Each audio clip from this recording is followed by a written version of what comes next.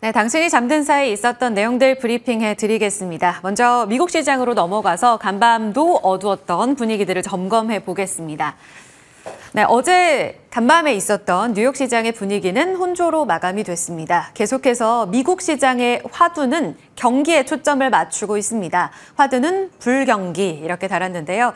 투자자들이 불안한 심리가 고스란히 좀 반영되고 있습니다. 워낙 1분기의 성과가 괜찮기도 했었는데 이런 구간 안에서 잘 나오지 않는 지표들을 확인해 나가면서 불안한 투심이 시장에 반영되고 있습니다. 고용지표가 또 부진하게 발표가 됐습니다. 어제 전해드렸었던 졸트 보고서 구인 건수가 많이 줄었다.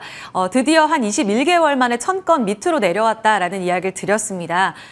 미국 시장을 끌고 오던 계속해서 화랑이던 노동시장이 점차 좀 냉각되는 분위기를 보이고 있는데요. 간밤에도 고용지표가 부진했다. ADP 민간 고용이 발표가 됐는데요. 10만 4천 건 확인했습니다. 20만 건이 예상치였는데요. 이를 크게 밑도는 모습 확인했습니다. 물론 작년에 계산법이 좀 바뀌었습니다. 그래서 월평균 그 전에 발표되던 것보다 한 20만 건 적게 나온다고 합니다. 이런 부분들은 좀 감안을 해봐야 될 것 같고 그 다음 달에 발표가 될 때 한 번 더 이 전치가 수정이 됩니다. 계속해서 올해 들어서는 수정치 발표될 때마다 한 10에서 20만 건 더 늘어나서 발표가 됐거든요. 그래서 10만 4천 건이 확정치일지 여부는 물론 다음 달에 한 번 더 확인을 해보셔야 될 것 같긴 합니다. 통상 고용보고서 한 이틀 전에 확인이 됩니다. 시장 참여자들에게는 그 전달에 고용보고서에 많은 힌트를 주는 지표라고 보시면 될 것 같은데 일단은 부진했다라는 게 팩트입니다. 어디에서 많이 줄었나 봤더니 지난 3월에 은행 리스크가 상당했었잖아요. 금융 일자리가 가장 크게 줄었습니다. 5만 4천 건 금융 쪽에서 일자리 줄어드는 모습 확인했고요. 다만 서비스 쪽에서는 여전히 좋았다라는 부분, 건설 쪽의 일자리도 졸트 보고서에서는 괜찮다고 나왔는데 이런 부분들은 증가세로 확인이 됐습니다. 그 안에 혼조된 양상 속에서 기업들의 흐름은 보셔야 될 것 같아요. ADP 이코노미스트는 3월에 경기지표 둔화하는 많은 흐름 중에 이 ADP 민간 고용도 확실히 둔화된 징후 중에 하나로 확인이 됐다라고 이야기를 했습니다. 임금 인상률이 그 전에 7.2%였었거든요. 근데 그 이번에 발표된 거로는 6.9%로 확실히 줄어들었습니다. 다시 한번 시선은 이번 주 금요일, 이제 내일 발표가 될 겁니다. 물론 이 내용을 금요일에 부활절이라서 쉬기 때문에 그 다음 주에나 반영을 하겠죠. 그런 불안한 심리가 고스란히 이 장에 반영이 됐다라고 보시면 될 것 같고요. 고용지표와 함께 시간당 임금도 얼마나 줄어드는지 여부는 확인이 필요하겠습니다.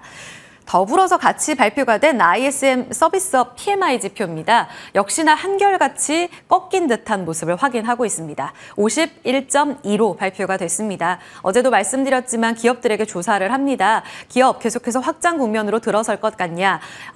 48%는 아니다라고 답을 했고 51.2%는 그렇다라고 답을 한 겁니다.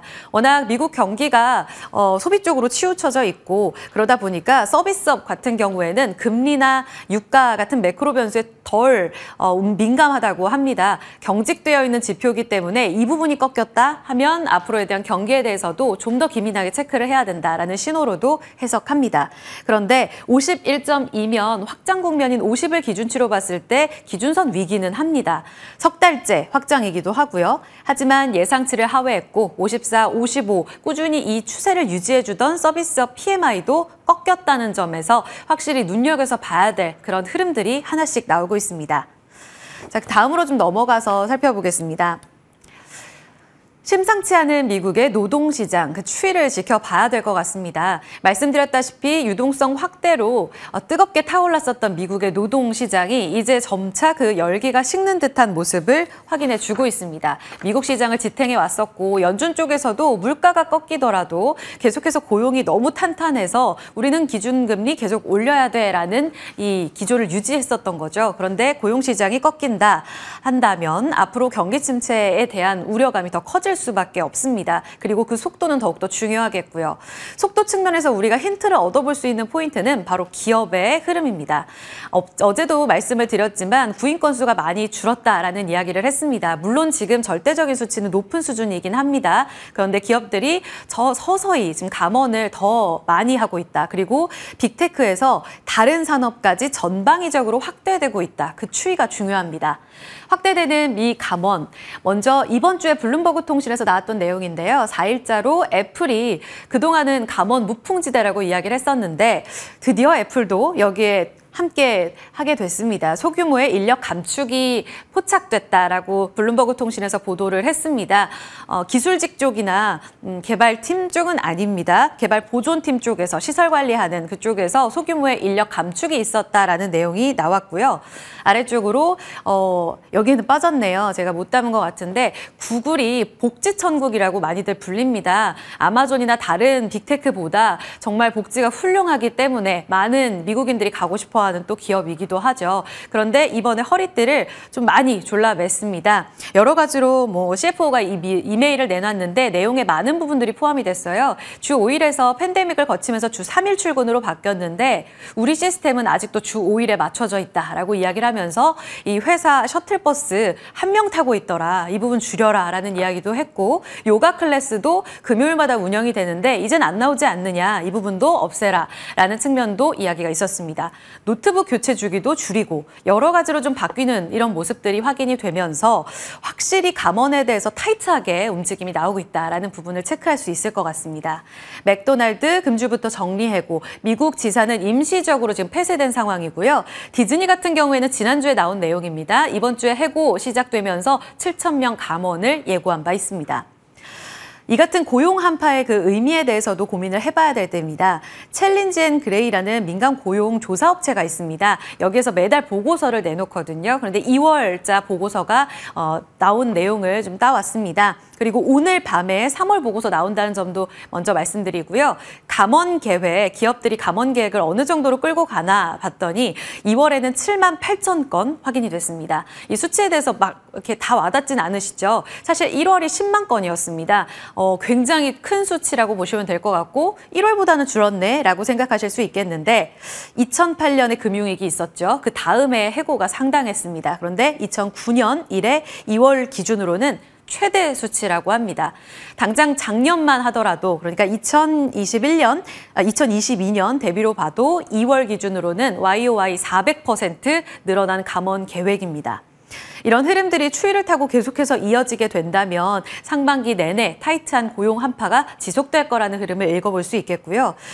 이 보고서에서 나온 내용인데요. 고용주들은 페드의 금리 인상 계획에 대비하고 있다. 그리고 경기 침체를 대비해서 계속해서 비용 절감에 나서고 있다라고 이야기를 했습니다.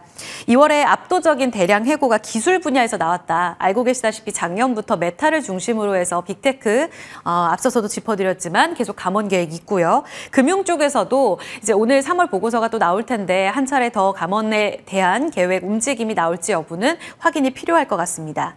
여기에 대해서 선제적인 대응일까? 침체 오기 전에 오히려 빠르게 우리가 먼저 기업 쪽에서 대응을 해서 이런 한파를 좀 잘 이겨낼 수 있는 포인트라면 괜찮습니다. 하지만 이미 침체에 들어갔다고 보는 이코노미스트들도 많아서요. 피할 수 없는 수순으로 이런 감원 움직임 속에 한계 기업들이 견뎌내지 못하고 쓰러지진 않을까 이런 여부들도 확인이 필요합니다. 리스크 오프는 계속됐습니다. 간밤 위험 자산은 대체로 내렸고 안전자산 쪽으로의 움직임은 계속됐습니다. 이틀째 계속되는 움직임으로 읽어보시면 될 것 같고요. 일단 주식시장 안에서 3대 지수는 혼조긴 했습니다. 다우가 에너지 관련 종목이나 헬스케어 쪽의 비중이 높아서 비교적 선방하기는 했는데 0.24%의 미미한 수준, 그리고 나스닥, S&P는 크게 빠졌습니다. 10년물 금리와 2년물 금리도 내림세를 보였습니다. 이런 움직임 속에 경기 지표가 안 좋게 나오다 보니까 채권 쪽으로의 움직임이 더 강하게 실리면서 금리 떨어졌다 보시면 될 것 같고요. 사실 어제도 말씀드렸지만 지난주에는 금리가 떨어지면 오히려 성장주에 좋은 환경이라는 이야기로 나스닥이 올랐습니다라는 움직임을 짚어드렸는데 정반대죠. 이렇게 중앙은행 프레임이 아니라 리스크 온앤오프 프레임이 확실하게 좀 접어들면서 지표가 좀 부진했다. 계속해서 이런 움직임이 반복될 수 있다는 측면에서 리스크 온앤오프의 움직임은 확인 필요하겠습니다. 안전자산인 금 쪽으로 지금 2,038달러까지 다시 한번 52주의 최고치를 기록했는데요. 2,070달러가 직고점이자 사상 최고치입니다. 얼마 남지 않았다는 측면에서 계속해서 이런 불안 심리가 금 쪽으로 자금 쏠림 이어질지 여부 보셔야 될 것 같아요. 그리고 옆에는 이 페드의 금리 인상 관련해서 5월에 정책을 어떻게 발표할까 트레이더들이 계속 실시간으로 이런 움직임을 반영하면서 나오는 지표라서 확인 계속해서 보시면 될 것 같아요. 전일 대비가 아니고요. 전주 대비인데 제가 좀 오타를 낸 것 같아요. 56.8%로 확인이 됐습니다. 어제 짚어드렸을 때 60%였었거든요. 이런 부분 계속 추이적으로 절반 넘게 트레이더들은 이번 5월 회의에서는 동결을 점치고 있습니다. 지표의 부담감을 반영하는 시장 분위기. 하지만 한켠에서는 사실 경제 지표 안 좋을 거라고 예상은 했었고 그렇다 하더라도 절대적인 수치로 봤을 때 물가도 고용 지표도 다 높은 레벨대다. 결국은 지수에 대한 부담을 느끼고 있는 시장이다라는 해석도 있습니다. 아시다시피 1분기 동안에 나스닥이 한 16% 올랐습니다. 물론 4월 들어서 확 꺾여 있지만요. 그만큼 꽤 강하게 올라왔던 미 3대 지수입니다. 게다가 S&P 500 지수도 흔들리다 다시 4,100을 회복하고 이런 모습들을 계속 보여주고 있습니다. 그래서 지수에 대한 이 레벨 부담을 느끼고 있는 심리가 고스란히 반영되고 있다라는 해석들 같이 나오고 있습니다. 그 안에서 월가 전문가들 한 70%, 10명 중 7명은 미국 증시의 약세를 보고 있습니다. 골드만삭스 쪽에서는 이제 앞으로 EU 시장, 유럽 쪽이 미국보다 더 강할 거다라고 보고 있고요. UBS 쪽에서는 앞으로 신흥 시장이 지금보다 10%가량의 상승 여력이 더 있다라고 봅니다. 잠시 후 짚어드리겠지만 어제 우리 시장만 보더라도 강했고요. 중국은 어제 휴장이었지만 최근 상해 종합지수가 연일 양봉을 기록하면서 3월 말부터 치솟는 움직임이 나오고 있습니다. 과연 이대로라면 계속되는 한미 디커플링 속에 우리에게는 기회가 있는 부분인지 확인해 봐야 될 것 같습니다. 미국에서 마지막으로 섹터별 흐름입니다. 성장주, 민감주 빠졌습니다. 특히 경기 지표에 민감한 모습을 나타내고 있는 최근 움직임 속에 캐터필러, 경기 흐름에 있어서 상당히 바로미터로 많이 보시는 이런 주식이기도 합니다. 인프라 투자와도 밀접한 연관이 있고요. 그런데 캐터필러가 좀 더 빠졌다, 추가적으로 하락했다라는 부분은 보셔야 될 것 같고 농기계 쪽으로 디어앤컴퍼니도 추가적인 하락이었습니다. 성장주는 앞서 보셨지만 이 나스닥을 구성하고 있는 많은 테크 기업들이 하락했고요. 엔비디아, 마이크로소프트, 애플, 아마존 그리고 테슬라까지 크게 조정받는 모습이었습니다. 반면 방어주는 강했습니다. 경기 방어주로 읽히는 헬스케어나 바이오 쪽, 우리 시장에서도 최근 분위기가 좋은데 이쪽으로의 하락세가 이어졌고요. 유틸리티도 강한 모습이었습니다. 종목별로의 움직임을 보시면요. 지금 테슬라가 4% 하락했다 말씀드렸는데 이번 주에 1분기 인도량 발표됐었잖아요. 사실 생산과 인도 뺐을 때 이 전체적인 재고를 의미합니다. 이 부분에 있어서 조금 시장은 우려하는 움직임을 나타냈습니다. 우리가 예상했던 것보다 42만 대라는 게 좀 아쉽다라는 반응이었었는데요.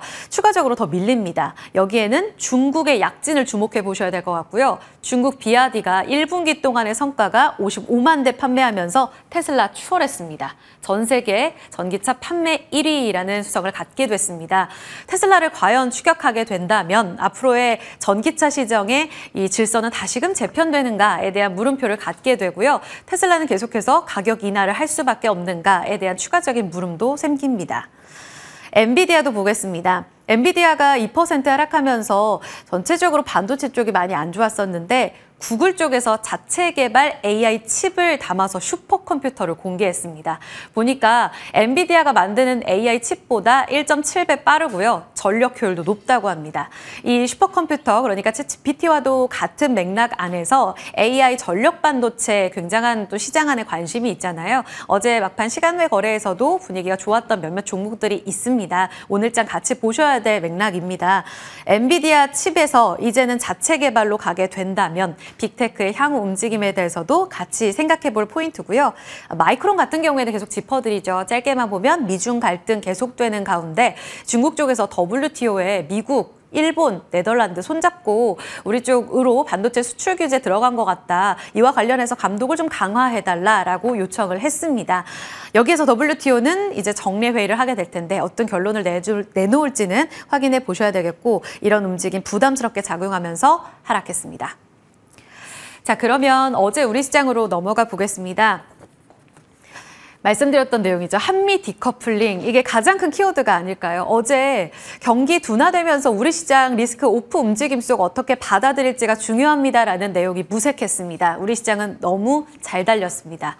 환율이 1,310원, 뚝 떨어진 흐름은 아니지만 약세였고요. 코스피와 코스닥은 나란히 강세, 특히 코스닥은 연고점을 또 씁니다. 870선까지 움직임이 나오면서 바로 직고점 890 라인까지 얼마 남지 않은 움직임 속에 거래를 마쳤습니다. 이런 분위기 어떻게 읽어볼 수 있을까? 어제 니케이는 1% 하락했거든요. 이 미국의 리스크 고스란히 반영했다라는 해석이 나오고 있고요. 중국은 청명절로 쉬었습니다. 그런데 왜 우리만 강했을까요? 여기에 대해서 경기 하강보다 약달러에 민감한 우리 시장에게 우호적인 환경이었다라는 증권가의 해석이 나오고 있습니다. 보면 외국인 쪽에서 어제 거래소에 매도하긴 했습니다. 하지만 100억 원으로 굉장히 미미했고요. 선물 시장으로는 이틀째 4월 들어서 매수하는 흐름 1조 원 넘게 삽니다. 코스닥으로는 말씀드린 대로 870선 연고점 돌파에 외국인이 드디어 들어왔습니다. 러브콜을 보내주는 모습이었고 사실 지난 3월 말에 그리고 4월 초에 접어들면서 연고점 랠리의 주된 주역은 개인이었습니다. 그런데 3월 말일 이후로 모처럼 만에 외국인과 기관이 쌍끌이 매수하면서 코스닥을 이끌었다는 점 그리고 그 안에 2차 전지를 샀다는 점은 꽤 유의미해 보입니다. 이런 우호적인 환경 속에 앞으로의 환율 흐름이 중요하겠고요. 간밤 달러 인덱스는 101포인트 소폭 올랐는데 지표가 둔화했기 때문에 추가적으로 달러 약세 흐름이 계속 펼쳐질지는 보셔야 될 것 같아요. 랠리가 계속될 수 있을까? 코스피는 6개월 내 고점이라 지수 레벨 부담이 있습니다. 2,500선 돌파할지 여부에 대해서는 뭔가 매크로적으로도 혹은 지수 안에서도 모멘텀이 강하게 있어야 된다라는 목소리가 나오고요. 코스닥은 아시다시피 1분기 25% 급등하면서 단기간에 이런 부담감이 좀 있습니다. 여기서 추가적인 호재에 대해서 과연 어떤 재료를 기다려야 하는가 이 부분은 확인이 필요하겠고요. 고객 예탁금, 신용융자 같이 올라갑니다. 그리고 거래대금은 3월보단 줄었습니다. 이런 흐름들을 종합적으로 살펴보셨을 때 아주 강하게 더 튀어오르긴 좀 어려울 수도 있겠는데 라는 생각도 같이 균형 잡아서 해보셔야 될 것 같고요. 주요 IB 쪽에서 오늘 나온 내용인데 한국경제 올해 1% 성장 위태로울 수도 있다라고 얘기했습니다. 노무라 쪽에서는 0.4% 마이너스 성장 보고 있고요. 그래서 평균적으로는 1.1인데 다른 IB들이 더 내리게 되면 평균 1%도 안 될 수 있기 때문에 추적 관찰 필요합니다. 마지막으로 섹터만 좀 간단하게 보면 과연 우리 시장에 주도주가 있는 게 유익할까요? 아니면 유해할까요? 전체적으로 올라온 움직임에서 2차 전지가 끌어주기만을 바랬고 그다음 넥스트 2차 전지를 기다렸죠. 하지만 어제 시장의 답은 다 같이 올랐답니다. 넥스트 주도주는 아직이기는 한데 동반 상승에 있어서 지수 레벨업에 대한 기대감을 높이고 있습니다. 2차 전지는 테슬라 프로 미팅러라고 투자뉴스 7에서는 표현을 했던데요. 삼성 SDI, SKC, LG화학, SKI 테크놀로지까지 소재단 그리고 분리막, 전해질까지 관련 실무진 다 만났습니다. 우리 쪽에 러브콜 보내고 있는 테슬라의 움직임 보조금 받기 위한 해석으로 나오고 있고요. 추가적인 움직임이 나올지 보셔야 될 것 같아요. 자동차 판매 호조에 환호합니다. 반도체와 디스플레이는 업황 회복, 내일 삼성전자 실적 발표와 함께 투자 기대가 많고 있습니다. 그리고 아래쪽으로 바이오는 정책 모멘텀이 있고요. 자동차 쪽으로 기아의 질주에 눈여겨보셔야 될 것 같아요. 현대 기아차의 글로벌 판매 좋았다 말씀드렸습니다. 국내 쪽으로도 잘했는데 해외 쪽으로도 미국에서 14% 증가한 모습을 확인하면서 1월, 2월에 신차 수요가 꺾이지 않겠습니다라는 안도에서 이제는 확신으로 바뀌었습니다. 무엇보다 도요타가 감소한 데 의미가 있죠. 도요타보다 우리 쪽으로 잘했다는 점. 물론 도요타가 재고 관련 이슈가 있었습니다만 그럼에도 불구하고 우리 브랜드력이 강해지고 있다는 증권사의 평가 나옵니다. 어제 기아의 인베스터 데이였었는데요. 기존 목표치보다 높여 잡아서 친환경차에 대한 자신감을 내비쳤습니다. 글로벌 판매 목표 대수도 늘렸고요. 친환경차도 마찬가지입니다.